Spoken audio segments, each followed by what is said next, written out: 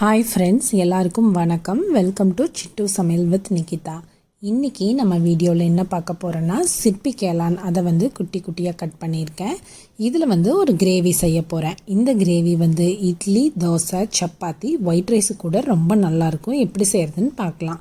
ஒரு குக்கரில் எண்ணெய் விட்டுக்கோங்க. பெரிய வெங்காயம், பச்சை மிளகா, இஞ்சி பூண்டு பேஸ்ட் இதெல்லாம் போட்டுட்டு நல்லா வதங்கினதுக்கு அப்புறமா 2 தக்காளியை கட் பண்ணி உள்ளே சேர்த்துருக்கேன். இதுக்கு கொஞ்சமாக உப்பு சேர்த்திக்கோங்க. இது நல்லா வெந்து வரட்டும். இது வெந்து வந்ததுக்கப்புறமா மிளகாத்தூள், மல்லித்தூள், மஞ்சத்தூள், சீரகத்தூள், கரம் மசாலா தூள் எல்லாமே அரை ஸ்பூன் சேர்த்துருக்கேன். எல்லாம் போட்டுட்டு நல்லா வதக்கி விட்டதுக்கப்புறம் நம்ம கட் பண்ணி வச்சுருக்கிற சிப்பி கேளானையும் உள்ளே சேர்த்துட்டு நல்லா கலந்து விடுங்க. ஒரு மிக்சி ஜாரில் தேங்காய், கொஞ்சமாக முந்திரி, சோம்பு இதெல்லாம் போட்டு மிக்சி ஜாரில் நல்லா அரைச்சிட்டு கொஞ்சமாக தண்ணி விட்டுட்டு உள்ளே சேர்த்துக்கோங்க. குக்கர் மூடி போட்டுட்டு 3 விசில் விட்டால் போதும்.